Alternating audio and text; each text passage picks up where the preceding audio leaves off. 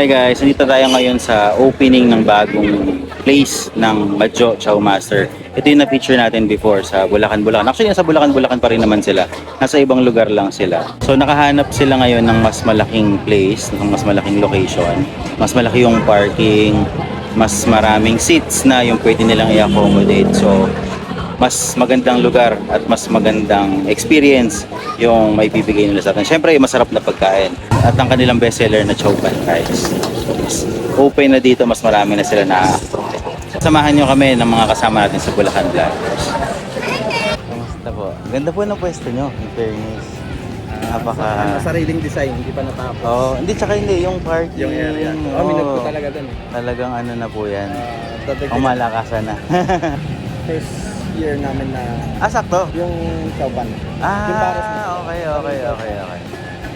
Talagang pang ano na agad, pang celebration. Nice. Sakto na. Nice.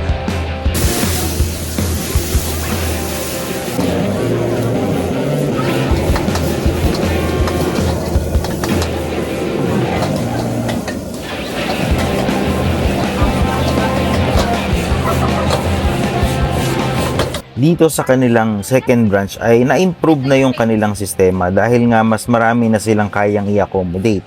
Kaya dito ay pay as you order sa cashier tapos dadalhin mo sa dispatching area. Kaya maganda na kumpleto na ang order nyo para isang resibo na lang ang ibibigay sa kanila. Dito dumating na nga yung mga pagkain at ang nagre-receive niyan ay si Miss Julie ng Hungry Julie. Ito yung kanilang beef pares na overload naman talaga sa laman. Pero meron pa silang pares overload na may kasamang rice at soft drinks. Meron din silang chow pan overload, chow pan with lechon kawali na isa din sa mga bestseller at ang paborito nating chow pan with beef tapa. Tapos yung kanilang lomi overload. So, ang gusto mo, chef, ikaw papayak, ako naman tataba. Sorry na. Wala pala may tagakain ka rin eh. Hindi na, binawasan mo na talaga.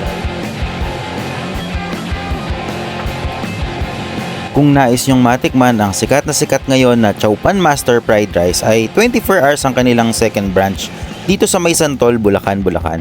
Highly recommended ko ang fried rice nila dito. Salamat sa panonood!